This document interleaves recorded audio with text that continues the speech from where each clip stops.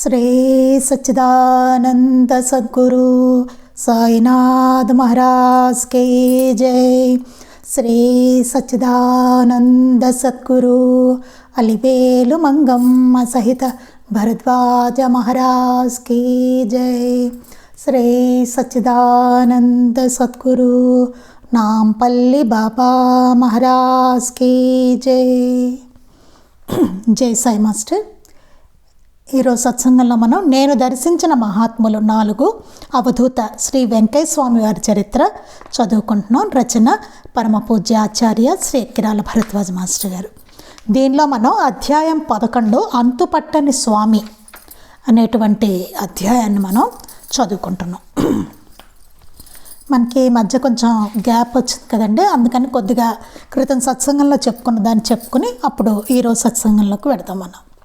ఒకరోజు స్వామితో, దొడ్ల రామిరెడ్డి, స్వామి మీ దయ వలన నేను కేసు గెలిచాను, కోర్టులో ఏదో కేసు ఉంది, అది అతడు గెలిస్తే మీకు ఒక గట్టి ఇల్లు కట్టించాలనుకున్నాను, ఇల్లు ఎలా కట్టించమంటారో చెప్పండి అని ప్రార్థించాడు. మీకు ఒక మంచి ఇల్లు కట్టించాలనుకున్నాను స్వామి, ఎలా కట్టించమంటారు, నేను కోర్టులో కేసు గెలిచాను మీ దయ వలన, అందుకని చెప్పండి అని అడిగాట.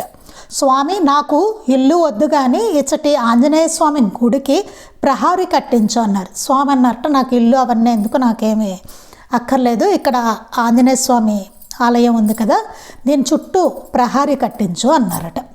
అతడు సరేనని వెళ్ళాడు కానీ ఆ విషయమే పట్టించుకోలేదు.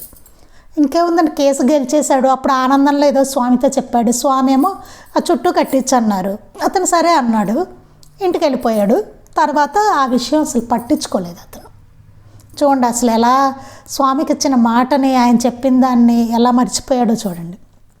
స్వామి ఒకరోజు బుజ్జయ్యను, కాటన్ రెడ్డి సుబ్బరామరెడ్డిని పిలిచి, అయ్యా మీరు రాత్రి 12 గంటలకు కాలినడకన వెళ్ళండి, ఆయన ఆంజనేయ స్వామి గుడికి ప్రహారీ కట్టిస్తానన్నాడు, ఆ విషయం మాట్లాడి రండి అని చెప్పారు. అతను రాత్రి 12ంటికి వెళ్ళండి, అతను మనకి ఆంజనేయ స్వామి గుడికి ప్రహారీ కట్టిస్తా అన్నాడు, దాని గురించి ఆ విషయం మాట్లాడరండి అని పంపించారట. అలానే వారిద్దరూ అర్ధరాత్రి 6 మైళ్ళు నడిచి వెళ్ళి దొడ్ల రామిరెడ్డిని నిద్రలేపి విషయం చెప్పారు. వాళ్ళిద్దరూ అలాగే స్వామి చెప్పినట్టుగానే అర్ధరాత్రి 6 మైళ్ళు నడిచి వెళ్ళారటండి. వెళ్ళి అతను నిద్రలేపి ఇలా స్వామి చెప్పమన్నారు, నువ్వు కట్టిస్తానన్నావు కదా ప్రహారీ, దాని గురించి చెప్పమన్నారని చెప్పారట. నాకు ఇంకా కొన్ని కోర్టు కేసులు ఉన్నాయి, అవి కూడా పూర్తయితే కట్టిస్తాను. చూడండి ఎట్లా మాట మార్చేసాడు అతను. నాకు ఇంకా కోర్టు కేసులు ఉన్నాయి, అవి పూర్తయ్యాక ఇంకా కట్టిస్తాను అని చెప్పాట. మిమ్మల్ని స్వామి పంపారు కనుక 400 రూపాయలు ఇస్తాను, మిగిలినది చందాలు దండి కట్టించండి అన్నాడు. ఎంత తెలివైన చూడండి. ఏం చేశాడు, మీరు అలాగూ వచ్చారు కదా, స్వామి పంపారు కనుక మీకు 400 ఇస్తున్నాను, ఇప్పుడు మిగతావన్నీ చందాలు వేసుకుని అందరి దగ్గర కట్టించుకోండి అన్నట్ట. చూడండి అసలు ఎలాగా మార్చేశాడు మొత్తం. ఆ డబ్బు తీసుకొని తిరిగి వచ్చి స్వామికి చెప్పితే, ఆయనే వచ్చి కట్టిస్తాడులే అయ్యా, మీరు పని మొదలు పెట్టండి అన్నారు. చెప్పారట ఇలా అన్నాడు స్వామి అని చెప్తే, అలాగా ఆయనే వచ్చి కట్టిస్తాడులే, మీరు మీ పని మొదలెట్టేయండి అని చెప్పారట స్వామి. వారు పని ప్రారంభించిన 4వ రోజున రామిరెడ్డి వచ్చి పని చూసి, మిగిలిన పైకం కూడా నేనే పంపుతాను, ఎక్కువ మంది మనుషులను పెట్టి త్వరగా పని పూర్తి చేయించండి అని చెప్పి వెళ్ళాడు. స్వామి అన్నట్టుగానే 4వ రోజు అతను వచ్చేసట. వచ్చి చూడండి, అంటే మనుషుల్ని ఎట్లా మార్చగలరో కూడా చూడండి. మనం ఎట్లాంటి వాళ్ళమైనా అది సాధ్యం, వారి మహాత్ములు మన మనసును మార్చడం అనేది సాధ్యపడుతుంది అనమాట. అతనికి ఆ ఉన్న భావన అంతా మారిపోయింది, ఆ ముందు ఉన్నదంతా మారిపోయి వచ్చాడు, అతనే వచ్చాడు. అంటే అట్లా రప్పించారనమాట స్వామి. వచ్చి మిగిలిన పైకం కూడా నేనే పంపుతాను, ఎక్కువ మంది మనుషులను పెట్టి పని త్వరగా ఎలా చూడండి అని చెప్పి వెళ్ళాట. ఇంతకు అతడే వచ్చి అన్నీ కట్టించేటప్పుడు బుజ్జయ్య వాళ్ళను కాలినడకన అర్ధరాత్రి పంపించినది ఎందుకో ఆయనకే తెలియాలి. అర్ధరాత్రి అంతా అతనే వచ్చి కట్టిస్తాడనే స్వామికి తెలిసినప్పుడు వీళ్ళని ఎందుకు పంపించారు కాలినడకన అర్ధరాత్రి, అతనికి చెప్పి రమ్మని అన్నది ఆయనకే తెలియాలి అంటున్నారు ఇక్కడ. ఇలానే శ్రీ సాయిబాబా నివాసం ఒక శిథిలమైన మసీదు, దాన్ని మరమ్మత్తు చేయించాలని ఒక భక్తుడు రాళ్ళు తోలించాడు. కానీ వాటితో షిరిడీలోని ఆలయాలు బాగు చేయించమని సాయి ఆదేశించారు. అలాగే బాబా చరిత్రలో కూడా బాబాకి శిథిలమైన మసీదు కదండి అయింది, దాన్ని మరమ్మత్తు చేయించాలని ఒక భక్తుడు రాళ్ళు తోలిస్తాడు. కానీ వద్దని చెప్పి బాబా ఏం చేస్తారంటే షిరిడీలో ఆలయాలను అన్నిటినీ బాగు చేయి అని చెప్పి సాయి ఆదేశించారు. ఇలా అన్నమాట. వారికంటూ వారు ఏది వాళ్ళు ఉన్న చోట బాగుండాలి అట్లా వారు కోరుకోరు. ఆ చుట్టూ ఉన్నదంతా మిగతా అన్నీ బాగుండాలన్నట్టుగా, అలాగే దేవాలయాలు వాటిని అన్నిటినీ చక్కగా పునరుద్ధరించడం అనేది చేస్తారన్నమాట. ఒకరోజు పోలీసులు దొంగను వెతుకుతూ స్వామివారిని అనుమానించి కలువాయి పోలీస్ స్టేషన్కి తీసుకెళ్ళి తాళం పెట్టారు. ఒకరోజుటంటే పోలీసులు ఓ దొంగను వెతుకుతూ వచ్చారట. వచ్చి స్వామివారిని అనుమానించారట. ఈయన చూడడానికి మరి ఓ పిచ్చివాళ్ళలాగానో అట్లా ఉంటారు కదా, దాంతో ఈయన్ని అనుమానించారట. అనుమానించి ఈయన పోలీస్ స్టేషన్ అంటే ఆయన తిరుగుతూ రోడ్ల మీద ఉంటారు, ఎక్కడ ఒక చోట అనేది ఉండదు ఆయనకి. అలా చూసేసరికి వాళ్ళకి ఏదో అనుమానం వచ్చింది. వచ్చి పోలీస్ స్టేషన్ తీసుకెళ్ళి తాళం పెట్టారట. సాయంత్రానికి గ్రామస్తులకు తెలిసి వాళ్ళు సబ్ ఇన్స్పెక్టర్ను చివాట్లు పెట్టి స్వామి గురించి చెప్పారు. సరే, సాయంత్రానికి గ్రామస్తులందరికీ తెలిసి అప్పుడు ఆ సబ్ ఇన్స్పెక్టర్ని చివాట్లు పెట్టారట. ఎవరనుకున్నా ఆయన చాలా మహానుభావుడైన అవధూత ఆయన అని చెప్పి చివాట్లు పెట్టారట. స్వామి గురించి చెప్పారట. అతడు స్వామిని క్షమాపణ కోరి వదిలిపెట్టాడు. స్వామి, నన్ను క్షమించండి, మీరు ఎవరో తెలియక నేను ఇట్లా మిమ్మల్ని అరెస్ట్ చేశాను, జైల్లో పెట్టానని చెప్పేసి అతను క్షమాపణ కోరాట. స్వామి, ఇక్కడైనా బాగానే ఉంది కదయ్యా, ఇక్కడ ఇంకా 6 గంటలు ఉండాలి అని చెప్పి అంతసేపు అక్కడే ఉండి వచ్చేసారు. స్వామి చూడండి, ఇక్కడైనా బాగానే ఉంది కదా అన్నారట. అని ఇక్కడ ఇంకా 6 గంటలు ఉండాలి, నేను ఇంకా ఇక్కడ 6 గంటల సేపు ఉండాలి అని చెప్పి అంతసేపు అక్కడే ఉండి వచ్చేసారట. స్వామి ఇంకా 6 గంటలు అక్కడ ఉన్నారట. అతను జైల్లో పెట్టింది కాక స్వామిని. మానవమానాలు సుఖదుఖాలు కర్మ ఫలితమే కానీ అర్హతకు సంబంధించిన గావు, అదే స్వామి బోధ. చూడండి ఆయన ఎట్లా ఇక్కడ చెప్పిన బోధ ఏంటంటే మానవమానాలు కానీ సుఖదుఖాలు కానీ, మన ఎవరైనా అవమానించినా పొగిడినా అట్లా ఏమైనా మనకి అవమానాలు లాంటివి జరిగినా, సుఖాలు కానీ దుఃఖాలు కానీ, 2 సుఖాలు జరగవచ్చు, మన ఎవరైనా పొగడవచ్చు లేకపోతే అవమానించవచ్చు. మంచి మనకి సన్మానాలు చేసే పరిస్థితి రావచ్చు, అవమానపడే పరిస్థితులు రావచ్చు, సుఖాలు రావచ్చు, దుఃఖాలు రావచ్చు. అవన్నీ ఎందుకు? కర్మ ఫలితమే కానీ, మనం చేసుకున్న కర్మలను బట్టే ఉంటుంది. దాని ఫలితమే కానీ అర్హతకి సంబంధించినవి కాదు, మన అర్హతకి సంబంధించింది కాదు. నేను ఇంతటి వాడిని నాకు వచ్చింది ఏంటి అనడానికి లేదు. అదేమో అర్హతకి సంబంధించినవి కాదు, కర్మ ఫలితంగా జరిగిపోతూ ఉంటాయి. అవన్నీ ఎంతటి వారికైనా ఆ కర్మ అనుభవించవలసినదే. అది చెప్పడానికే స్వామి అలా అక్కడ ఉన్నారు. ఉండి ఇంకా 6 గంటలు నేను ఉండాలయ్యా అని చెప్పి వచ్చారనమాట. అంటే కర్మను ఎట్లా అనుభవించాలి అన్నది ఆయన మనకి చూపించారు. అది గుర్తుపెట్టుకోవాలి. అదే స్వామి బోధ మనందరికీ బోధిస్తున్నారనమాట. ఆ రకంగా మరి అవమానం కదండి జైల్లో పెట్టారంటే కదా, మామూలు వాళ్ళకైతే అనుమానించి పెట్టినా సరే తప్పు చేయకపోయినా కదా, అవన్నీ కర్మ ఫలితాలే. అంటే ఇప్పుడు అంతకాలం అన్ని గంటలు పోలీస్ స్టేషన్లో ఉండాలన్న కర్మ ఉన్నది, అందువలన జరిగింది అన్నట్టుగా స్వామి అక్కడ మనకి బోధ చేశారనమాట. అన్నీ మన కర్మను అనుభవించే జరుగుతాయి, సుఖదుఖాలు కానీ మానవమానాలు కానీ అని చెప్పారు. ఇక్కడి నుంచి మనం చదువుకోవాలండి ఈ సత్సంగంలో. అనంతసాగరంలో చడ్డా వెంకటరెడ్డి తరచుగా స్వామికి ఆతిథ్యం ఇచ్చేవాడు. ఒకరోజు అతడు, స్వామి మీరు మహాత్ములు అంటారే, నాకు ఏదైనా నిదర్శనం చూపండి అన్నాడు. అతను స్వామికి ఆతిథ్యం ఇస్తూ ఉండేవాట. ఒక అతను వెంకటరెడ్డి అనే అతను తరచుగా ఒకరోజు స్వామిని అడిగేట అతను, స్వామి మీరు మహాత్ములు అంటారే, నాకు ఏదైనా నిదర్శనం చూపించండి అన్నారట. స్వామి, అయ్యా నిదర్శనం చూస్తావా, సరే కళ్ళు మూసుకో అని అతడి తలపై చేతితో తాకి కళ్ళు తెరవమన్నారు. సరే నిదర్శనం కావాలి చూస్తావా అని చెప్పి సరే కళ్ళు మూసుకో అన్నారట. మూసుకుంటే అతను తలపై చేతితో తాకారట. చేత్తో తలను తాకి కళ్ళు తెరన్నారట. తెరిచట. చూస్తే కనుచూపు మేర వరకు ప్రపంచమే లేదు. అసలు కనుచూపు మేర వరకు ప్రపంచం అసలు ఏమీ లేటండి. చెట్లు ఇండ్లు ఏమీ లేవు, అసలు ఏమీ లేవుట. అక్కడ ఇక్కడ ఎంత దూరం చూచినా లెక్కలేనన్ని నీటి గుంటలు, ప్రతి గుంటలోనూ మెడలోతులో స్వామి మాత్రమే నిల్చుని ఉన్నారు. చెట్లు లేవు, ఇల్లు లేవు, ఏమీ లేవు అతను కళ్ళు తెరిచేసరికి. అంటే అతను అసలు ఎక్కడున్నాడో కూడా అతనికి తెలియని పరిస్థితులు అతను ఉన్నాడు అనమాట. లెక్కలేనన్ని నీటి గుంటలు ఉన్నాయట.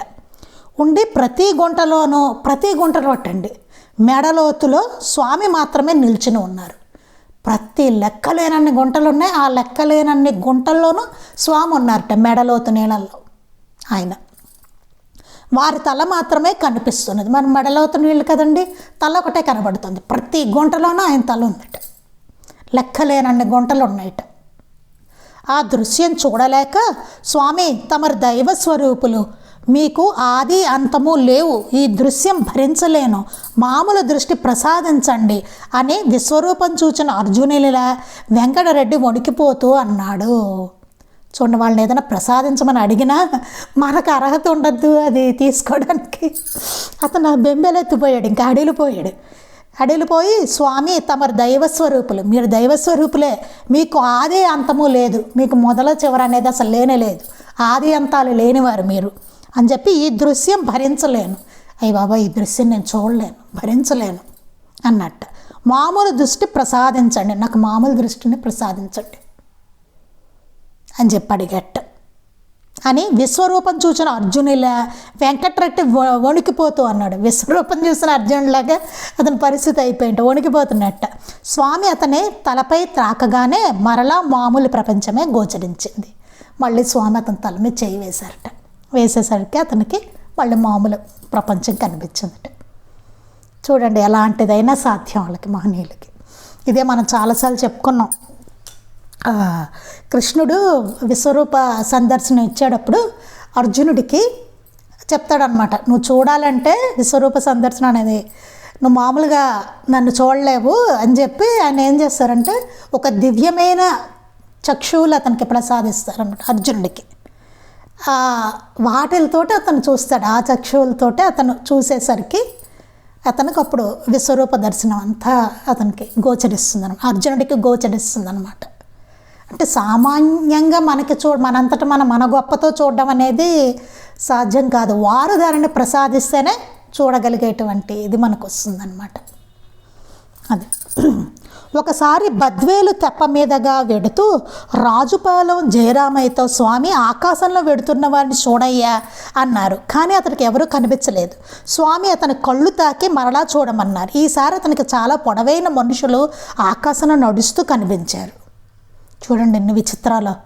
ఒకసారి బద్వేలు తెప్ప మీదగా వెడుతున్నారట. రాజుపాలెం జయరామయ్యతో స్వామి అన్నారట, ఆకాశంలో వెడుతున్నారు వాడిని చూడు అన్నారట.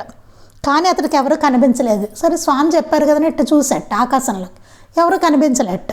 స్వామి అతను కళ్ళు తాకి మరలా చూడమన్నారు. ఇది చూడండి, అర్జునుడికి ఇచ్చినట్టుగానే కళ్ళు తాకారట. తాకి ఈసారి చూడన్నారట. అంటే ఏంటి, వారికి కనిపించేది మన కంటికి కనబడదు, మన సామాన్య దృష్టికి కనపడదు. అది వారి సంకల్పం అయ్యి తాకితే అప్పుడు అనమాట, అప్పుడు కనపడుతుంది. అంటే దివ్యత్వం ఇస్తారు, దివ్యమైన కళ్ళు ప్రసాదిస్తారు. అంటే అట్లాంటి దృష్టి ప్రసాదించినప్పుడు అప్పుడు మనకు కనబడుతుంది అనమాట. అది అలాగే అతను కళ్ళు తాకి మరలా చూడమన్నారట. ఇప్పుడు చూడన్నారట. ఈసారి అతనికి చాలా పొడవైన మనుషులు ఆకాశంలో నడుస్తూ కనిపించారు. అప్పుడు కనిపించారట మనుషులు చాలా పొడవుగా ఉన్నారట, వాళ్ళందరూ ఆకాశంలో నడుస్తున్నారట. స్వామి తిరిగి అతని కళ్ళు తాకగానే అతనికి ఆ దృశ్యము అంతరించి పరిసరాలు తెలిసాయి. మళ్ళీ అతను కళ్ళు తాకేసరికి ఆ దృశ్యం పోయింది. అతనికి ఆ మనుషులు వాళ్ళు ఏం కనిపించకుండా మామూలుగా అయిపోయింది. దానికి సాయిబాబాను ఒక భక్తుడు వైకుంఠము, కైలాసము వంటి లోకాలు నిజంగా ఉంటే తనకు చూపమని కోరినప్పుడు ఆయన అలాగే అతనికి దివ్య దర్శనం ఇచ్చారు. మన లీలామృతంలో కూడా చూస్తాం. ఒక భక్తుడు బాబాని వైకుంఠం, కైలాసం ఇట్లాంటివి ఉన్నాయంటారు కదా, ఒకసారి చూడాలని ఉంది అన్నప్పుడు అప్పుడు చూపిస్తారనమాట బాబా. అలాగే దివ్య దర్శనం ఇచ్చారనమాట అతనికి కూడా. బాబా లాగానే ఇతనికి కూడా అట్లా ప్రసాదించి చూపించారు. అంటే మనకి తెలియని యోగులు ఎంతోమంది అలా పెడుతూ ఉంటారండి పైన ఆకాశంలో. వాళ్ళు అట్లా నడుస్తూ ట్రావెల్ చేస్తూ ఉంటారు. మనకు తెలియని దివ్య పురుషులు ఎంతోమంది ఉంటారు, మనకు తెలియదు. అవన్నీ వారు మనకు కనిపించరు. అది అట్లాంటివి ఏవో చూపించారనమాట స్వామి అతనికి. మనకు అనిపిస్తుంది ఇవన్నీ నిజమేనా అనిపిస్తుంది, కానీ నిజం అది. అందుకే స్వామి చూపించారు, అదిగో చూడు మీకు ఎవరికి కనబడదు అని చెప్పి. ఒకరోజు భక్తురాలు వక్యమ్మ ఆశ్రమంలో స్వామివారికి ఎదురుగా దూరంగా నేల మీద పడుకొని చూస్తున్నది. అకస్మాత్తుగా 20 అడుగుల దూరంలో మొదట రామలక్ష్మణులు, తరువాత అదే స్థానంలో శ్రీకృష్ణుడు దర్శనం ఇచ్చారు. వక్కమ్మ గురించి అంతకుముందు మనం చెప్పుకున్నాం, ఆవిడ ఎంత భక్తి శ్రద్ధలు కల ఆవిడ. ఆశ్రమంలో స్వామికి ఎదురుగా దూరంగా నేల మీద పడుకుని చూస్తూ ఉంటా ఆవిడ. అకస్మాత్తుగా 20 అడుగుల దూరంలో మొదట ఫస్ట్ రామలక్ష్మణులు కనిపించారట. తరువాత అదే స్థానంలో శ్రీకృష్ణుడు దర్శనమిచ్చారట. మరొకప్పుడు ఆమె ఆంజనేయ స్వామికి గుడికి వెళ్ళినప్పుడు అక్కడ దేవతలందరూ సభ చేస్తున్నట్టు కనిపించింది. ఒకసారి ఆవిడ ఆంజనేయ స్వామి గుడికి వెళ్ళారట. వెళ్తే అక్కడ దేవతలందరూ ఉండి ఒక సభ చేసుకుంటున్నారట. అట్లా కనిపించింట. మరొకప్పుడు స్వామి ఆమెను పిలిచారు.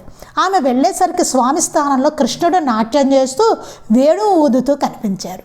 ఒకసారి స్వామి పిలిచారట, ఆవిడ వెళ్ళేసరికి కృష్ణుడు కనిపించేటండి. ఆయన స్థానంలో, వెంకటేశ్వర స్వామి గారి స్థానంలో కృష్ణుడు కనిపించి వేణువు ఊదుతూ ఆయన డ్యాన్స్ చేస్తున్నట్టు కృష్ణుడు. ఆమె ఆనంద బాష్పాలు రాలుస్తూ కొంతసేపు దర్శించాక ఆ స్థానంలో మళ్ళీ స్వామియే కనిపించారు. ఆవిడకి ఇంకా కృష్ణుడు నాట్యం చేస్తూ కనిపించేసరికి ఆవిడకి ఇంకా ఆనంద బాష్పాలు వచ్చేసేట. కాసేపు అలా దర్శించిందట ఆయన్ని. దర్శించిన తర్వాత మళ్ళీ కాసేపటికి ఆ స్థానంలో మళ్ళీ స్వామి కనిపించారట. మరొక రోజు ఆలయంలో ఆంజనేయ స్వామికి ఆమె ప్రత్యక్షంగా దర్శనమిచ్చి మాల వేసి పూజ చేసుకో అని చెప్పారు. ఒకసారి ఆవిడ గుడికి వెళ్ళారట, ఆంజనేయ స్వామి గుడికి వెళ్ళేసరికి అక్కడ ఆంజనేయ స్వామి ఆవిడకి ప్రత్యక్షంగా దర్శనం ఇచ్చారట.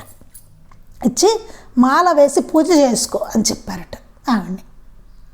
చూడండి ఎంత గొప్ప భక్తురాలో ఆవిడ. చూడండి, స్వామి అనుగ్రహం వల్ల మిగతా దేవతలందరూ కూడా, దేవీ దేవతలందరూ కూడా ఆవిడకి దర్శనం ఇచ్చారనమాట. రామానాయుడు నాగుల వెల్లట్టూరు, అతని తల్లి ఒక రాత్రి మేలుకొని ఉన్నారు. దీంట్లో మనం ఇంకోటి కూడా ఉందండి చూసుకోవాల్సింది. ఏంటంటే స్వామి, కృష్ణుడు, రాముడు వీళ్ళందరూ వేరు కాదు. అందుకే ఆవిడకి ఏంటంటే బాబాలాగానే ఆ స్థానంలో, ఈయన ఉన్న స్థానంలో కృష్ణుడు కనిపించాడు.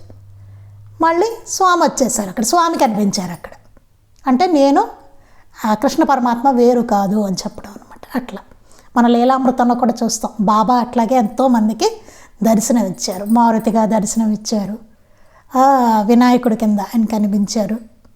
ఇట్లా ఎన్నో మనం చూస్తాం లీలామృతంలో. రామానాయుడు నాగుల వెల్లట్టూరు, అతని తల్లి ఒక రాత్రి మేలుకొనే ఉన్నారు. అతనికి స్వామి కిరీటము, అతని తల్లి రామానాయుడు అతని తల్లి ఇద్దరునండి ఒక రాత్రి మేలుకొని ఉన్నారట.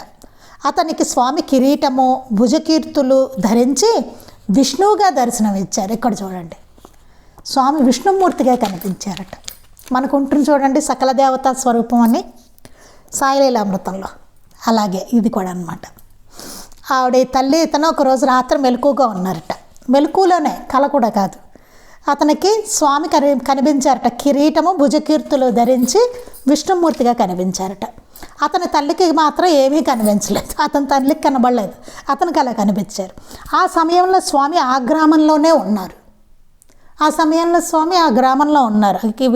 కానీ వీళ్ళ ఇంట్లో అట్లా దర్శనం ఇచ్చారు. ఉదయమే ఆమె దర్శనానికి వెళ్ళినప్పుడు స్వామి, అమ్మ పైవాళ్ళు వచ్చి గుండంలో విడిది చేసి పోయారు అన్నారు. యజ్ఞం సరిగా చేస్తే ఆ గుండంలో దేవతలు విడిది చేసే మాట నిజం. ఆ సత్యమే ఆమె బిడ్డకు దర్శనమిచ్చింది. ఆ ఉదయం ఆమె దర్శనానికి వెళ్ళారట. స్వామి దర్శనానికి వెళ్తే స్వామి అన్నారట, అమ్మ పైవాళ్ళు వచ్చి గుండంలో విడిది చేసిపోయారు అని చెప్పారట. పైవాళ్ళు వచ్చి గుండంలో ఉండి విడిది చేసి వెళ్ళారని చెప్పారట. యజ్ఞం సరిగా చేస్తే ఆ గుండంలో దేవతలు విడిది చేసే మాట నిజం. ఆ చేసే యజ్ఞాన్ని సరిగ్గా చేస్తే కనుక ఆ గుండంలో దేవతలు వచ్చి విడిది చేస్తారట. చెయ్యవలసిన విధంగా చేస్తే ఆ మాట నిజం అని చెప్తున్నారు ఇక్కడ. ఆ సత్యమే ఆమె బిడ్డకు దర్శనమిచ్చింది. అదే అతనికి ఆ విష్ణుమూర్తిగా అతనికి అక్కడ దర్శనం ఇచ్చారనమాట. సాయిబాబా వలె స్వామి కూడా ఈ భక్తురాలికి తామే సకల దేవతా స్వరూపమని దర్శనమిచ్చారు. అలాగే బాబా లాగానే ఈవిడికి కూడా స్వామి ఆయనే సకల దేవతా స్వరూపం అని చెప్పి దర్శనమిచ్చారనమాట. ఒకనాడు రోసిరెడ్డికి స్వామి చెక్క పలక ఇచ్చి దానిపై ఏమున్నదో చూడమన్నారు. అతనికి ఏమీ కనిపించలేదు. స్వామి బాగా చూడయ్యా అన్నారు. ఈసారి చూస్తే అతని ఇష్టదైవమైన వెంకటేశ్వర్లు, లక్ష్మి, గణపతి విగ్రహాలు స్పష్టంగా కనిపించి మళ్ళీ అదృశ్యమయ్యాయి. ఒకసారి రోసిరెడ్డికి స్వామి చెక్క పలక ఇచ్చారట. ఇచ్చి దానిపై ఏముందో చూడు అన్నారట. అతనికి ఏం కనిపించలేదు. ఏం లేదు స్వామి అన్నట్టు. స్వామి అన్నట్టు బాగా చూడయ్యా అన్నారట. ఈసారి చూస్తే అతని ఇష్టదైవమైన వెంకటేశ్వర స్వామి, లక్ష్మి, గణపతి విగ్రహాలు స్పష్టంగా కనిపించేట. కనిపించి మళ్ళీ అదృశ్యం అయిపోయాట. అంటే సంకల్ప మాత్రంగా స్వామి దర్శనాన్ని, దేవీదేవత దర్శనాన్ని కూడా ఆయన ప్రసాదించగలరు అన్నమాట. ఒకనాడు గొలగమూడి ఆశ్రమంలో గురువయ్య స్వామికి దగ్గరగా చింత చెట్టు దగ్గర పడుకున్నాడు. అందరూ నిద్రపోతున్నారు. కొందరు దిగంబరులైన ఋషులు వచ్చి స్వామి చుట్టూ ఉండి మాట్లాడుతున్నట్లు అతనికి స్వప్న దర్శనమైంది. అతనికి మెలకువ వచ్చి గుండం సరిచేయకపోతే స్వామి ఏమయ్యా ఇప్పుడు లేచావు అన్నారు. సరిచేయబోతే స్వామి ఏమయ్యా ఇప్పుడు లేచావు అన్నారు. వెంటనే అతనికి మైకం వచ్చి గుండం దగ్గర పడిపోయి ఋషీశ్వరులు వెళ్ళేంత వరకు లేవలేదు. చూడండి, ఇది చాలా బాగుంది. చూడండి, ఒకనాడు గొలగమూడి ఆశ్రమంలో గురువయ్య స్వామికి దగ్గరగా చింత చెట్టు దగ్గర పడుకున్నట్ట. అందరూ నిద్రపోతున్నారు. కొందరు దిగంబరులైన ఋషులు వచ్చి స్వామి చుట్టూ ఉండి మాట్లాడుతున్నట్టు అతనికి స్వప్న దర్శనమైంది. అతనికి స్వప్న దర్శనం వచ్చింది. కొంతమంది దిగంబరులైన ఋషులు వచ్చారట. వచ్చి స్వామితో సంభాషిస్తున్నారట వాళ్ళు.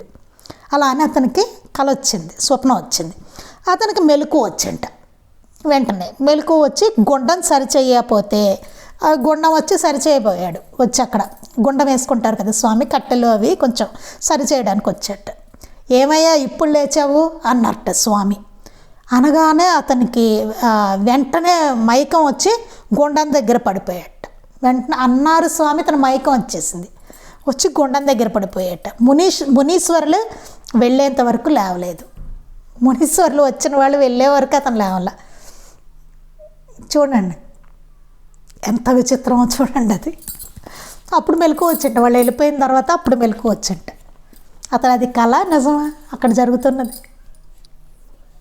ఆలోచించుకోవాలి. అంటే నిజంగా జరుగుతుంది అన్నమాట. అక్కడ స్వామితో వాళ్ళు సంభాషిస్తున్నారు వచ్చి. అది ఒకసారి కొందరు భక్తులు తులసవ్వను తమతో కూడా కాశీ రమ్మన్నారు. స్వామిని అడిగితే వాళ్లను పోని మనం రేపు పోదాం అని 4 రోజులు గడిపేశారు. ఆమె అలిగి అన్నం తినకుండా పడుకుని ఉదయం 8 గంటలైనా లేవలేదు. రాత్రంతా తనను స్వామి సాక్షాత్తు యాత్ర చేయించినట్లు దర్శనమయ్యింది. ఒకసారి కొందరు భక్తులు తులసవ్వను తమతో కూడా కాశీ రమ్మన్నారట. స్వామిని అడిగితే వాళ్ళని పోని, వాళ్ళని వెళ్ళని, మనం రేపు పోదాం అని 4 రోజులు గడిపేశారు. రేపు వెళ్దాం అంటూ 4 రోజులు గడిపేశారు స్వామి. ఆమె అలిగి అన్నం తినకుండా పడుకుందట. ఆవిడ అలిగింది స్వామి మీద. నీకు కాశీ వెళ్ళేదానికి కదా, నేను వెళ్ళలేదు స్వామి, వెళ్దామన్నారు, 4 రోజులు అయిపోయింది అని అలిగి స్వామి మీద అన్నం తినకుండా పడుకుని ఉదయం 8 గంటలైనా లేవలేదట ఆవిడ. ఇంతటా రాత్రంతా ఏం జరిగిందంటే, రాత్రంతా తనను స్వామి సాక్షాత్తు యాత్ర చేయించినట్లు దర్శనమైంది. స్వామి దగ్గరుండి ఆవిడని తీసుకెళ్ళి యాత్ర చేయించినట్టుగా ఆవిడకి దర్శనం అయిందిట రాత్రంతా. నెల తర్వాత యాత్రకు వెళ్ళిన వారు తిరిగి వచ్చినప్పుడు అక్కడ విశేషాలన్నీ ఆమె చక్కగా వివరించింది. ఆవిడన్నీ చూసేసింది కల్లో. స్వామి తీసుకెళ్ళిపోయి అన్నీ చూపించేశారు ఆవిడకి నిద్రలో. తర్వాత యాత్ర చూసిన వాళ్ళందరూ వచ్చారు నెల తర్వాత. వస్తే వాళ్ళందరికీ ఈవిడే చెప్పేస్తుంది అక్కడ ఎక్కడెక్కడ ఏమున్నాయో ఏమిటో అని. స్వామి తీసుకెళ్ళి చూపించేశారు కదా ఆవిడకి. అది ఆవిడ చక్కగా వివరించేసింట. అందరూ ఆశ్చర్యపోయారు. ఇదేంటి ఈవిడ ఇక్కడే ఉంది, ఎలా చెప్పేస్తుంది అవన్నీ చూసినట్టే అనేసి వాళ్ళందరూ ఆశ్చర్యపోయారట. నెల్లూరులో ఒక ఇన్కమ్ ట్యాక్స్ ఆఫీసర్ గారి కుక్కకు జబ్బు చేసింది. వారు దానిపై మమకారంతో ఎన్ని చికిత్సలు చేయించినా తగ్గకపోయేసరికి కారులో దాన్ని స్వామి దగ్గరికి తీసుకొచ్చారు. నెల్లూరులో ఒక ఇన్కమ్ ట్యాక్స్ ఆఫీసర్ గారు ఉన్నారట. వాళ్ళ కుక్క ఒకటి ఉందట. దాన్ని చాలా వాళ్ళు ప్రేమగా చూసుకుంటారు. దానికి ఒంట్లో బాగలేదు.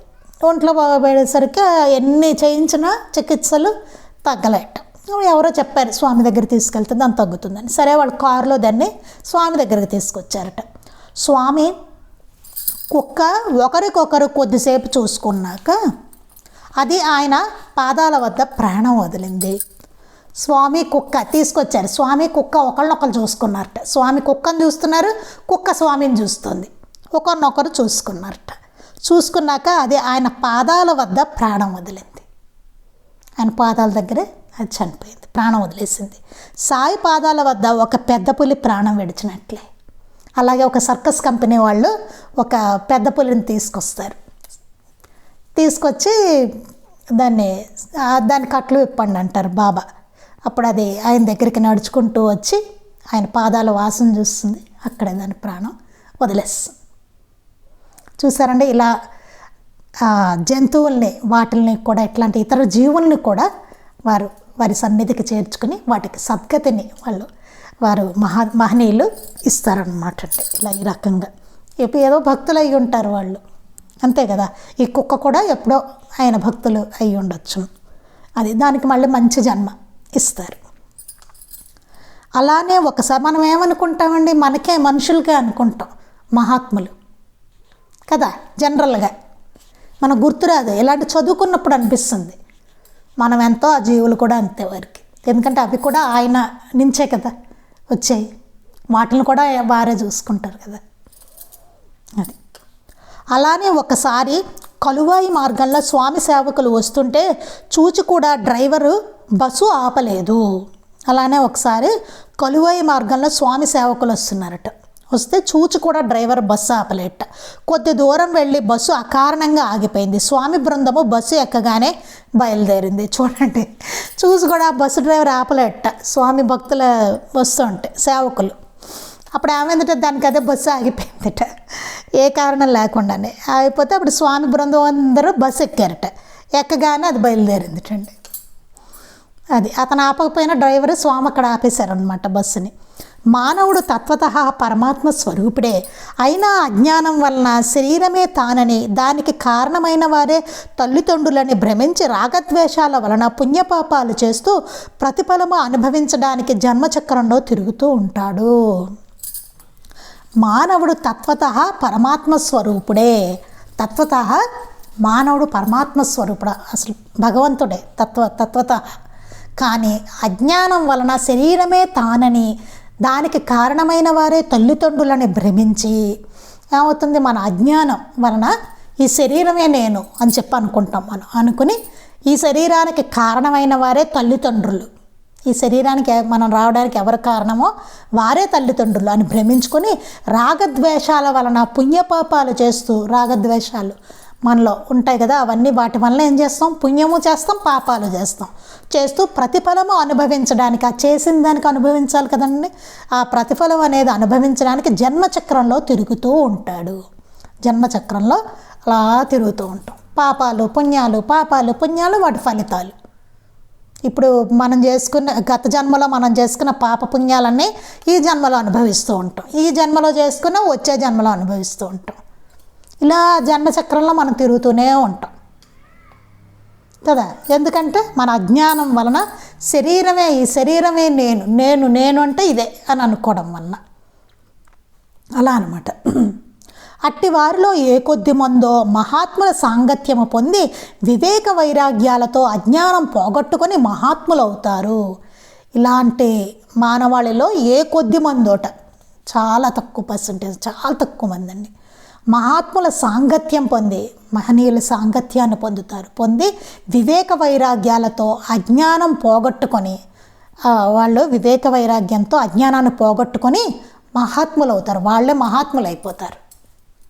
మనం చూస్తాం బాబా చరిత్రలో ఎంతమందిని బాబా మహనీయులుగా చేశారో, మహాత్ములుగా తీర్చిదిద్దారు. చూడండి, బాబాని ఆశ్రయించి కొంతమంది మహాత్ములు అయిపోయారు.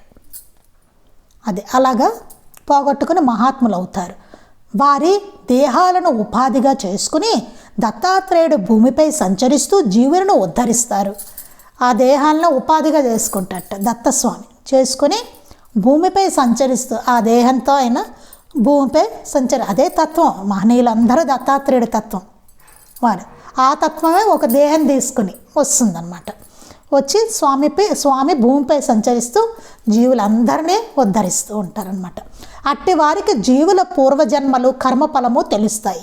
అలాంటి వారికి ఏమవుతుందంటే జీవుల యొక్క పూర్వజన్మలు తెలుస్తాయి, కర్మఫలాలు కూడా తెలుస్తాయి. ఎవరి కర్మఫలం ఏమిటో కూడా వాళ్ళకి తెలుస్తుంది అన్నమాట మహనీయులకి.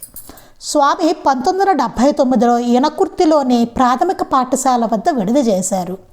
1979లో స్వామి యనకుర్తిలో ప్రాథమిక పాఠశాల వద్ద విడిది చేసి ఉన్నారట. ఒక యానాది స్త్రీ చింకి బట్టలు కట్టుకొని చేపల బుట్ట తీసుకొని అటుగా పోతున్నది. ఒక ఆవిడ చింకి బట్టలు కట్టుకుని ఉందట, ఆవిడ చేపల బుట్ట ఉందట చేతులు తీసుకుని అటుగా పెడుతుంట. స్వామి ఆమెను పిలిపించి ఆమెకు 10 రూపాయలు ఇచ్చి అన్నం పెట్టి ఒక చీర ఇవ్వండి, ఆమె ముందు జన్మలో మైసూరు రాజు కోడలు, దాన ధర్మాలు చెయ్యక ఇలా అయ్యింది అన్నారు. ఇవన్నీ ఎంత అద్భుతమైన బోధలో చూడండి స్వామి చెప్పేవి. ఆవిడ చింకి బట్టలు కట్టుకుంటా ఒక చేపల బొట్టు పట్టుకుని ఉందట, అటుగా పెడుతుంట ఆవిడ.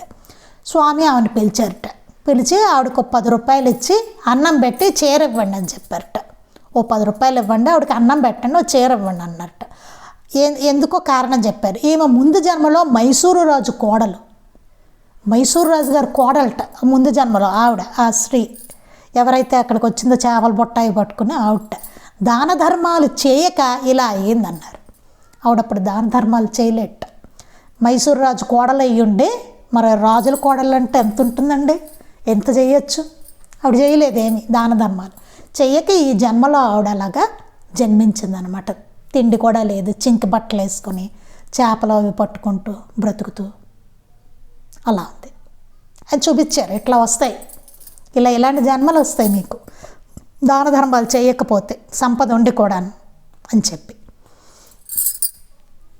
మరొకసారి కోడూరు వెంకమ్మతో పూర్వం నీవు జింటాల వారి కోడలై పుట్టి బంగారు నగలు ధరించి పైచూపుతో ఉన్నావు, ఒక రోజున కాలు తగిలి జెండా విరిగింది, అది నీవు మళ్ళీ పుట్టి విధవరాలవుతావు పో అని శపించింది.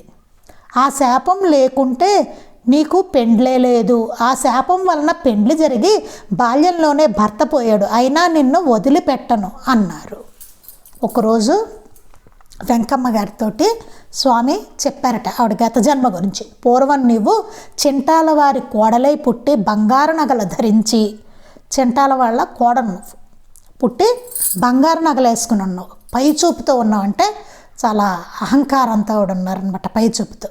ఒక రోజున కాలు తగిలి జెండా విరిగింది, ఒకరోజు ఆవిడ కాలు తగిలిందిట, తగిలి జెండా విరిగిపోయిందిట. అది నీవు మళ్ళీ పుట్టి విధవరాలు అవుతావు పో అని శపించింది. ఆ జెండా శపించింట, నువ్వు మళ్ళీ పుట్టి విధవరాలు అయిపోతావు అని చెప్పి శపించింట. ఆ శాపం లేకుంటే నీకు పెండ్లే లేదు, ఆ శాపం ఉండబట్టి నువ్వు పెళ్లి చేసుకోవాల్సి వచ్చింది, లేకపోతే నీకు అసలు పెళ్ళి అనేదే లేదని చెప్పారు ఆయన. ఆ శాపం వలన పెండ్లి జరిగి బాల్యంలోనే భర్త పోయాడు. ఆ జెండా చేయడం వల్ల శాపం వచ్చింది కదా, దాంతో ఆవిడకి శాపం వల్ల పెళ్లి జరిగి బాల్యంలోనే భర్త చనిపోయాట. అయినా నిన్ను వదిలిపెట్టను అన్నారు, అయినా నేను వదలను అని చెప్పారట స్వామి. అంటే జెండా అంటే ఏదో మరి దేవుడి జెండానో ఏదో అయ్యి ఉండొచ్చండి నేను అనుకోవడం. ఒకరోజు మల్లిక వెంకయ్యను అనికేపల్లి చూచి స్వామి నా దగ్గరకు వచ్చేయి అన్నారు. మీ దగ్గరికి వస్తే భిక్షకు పోవాలి, అది నా వల్ల కాదు అన్నాడు. స్వామి అబ్బే అదేమీ లేదు, రామేశ్వరంలో ఒకప్పుడు నేను మేనేజరుగాను నీవు గుమాస్తాగాను ఉన్నాము, ఎన్నో జన్మలుగా మనం కలిసి వస్తున్నాము, ఈ ప్రాంతంలో నీ బాకీలన్నీ తీరాయి, నా దగ్గరకు వచ్చాయి అన్నారు. తనకు స్వామి దెయ్యాలు పోగొట్టే మంత్రం నేర్పిస్తే వస్తానన్నాడు. వెంకయ్య స్వామి అలాగే చెప్తాను, నీవు మా ముఠాలో ఉండి కట్టెలు కొడుతూ ఉండు, నీ వెనకాలే వీళ్ళందరూ వస్తుంటారు అని చీటీ రాయించారు స్వామి. ఒకరోజు ఆ వెంకయ్య అనే అతన్ని చూచి స్వామి అన్నారట, నా దగ్గరకు వచ్చేసాయి నువ్వు అని చెప్పారట. స్వామి మీ దగ్గరకు వస్తే నేను భిక్షకి వెళ్ళాలి, అది నా వల్ల కాదు, నేను వెళ్ళలేను భిక్షకి, వాటికి నా వల్ల కాదన్నట్ట.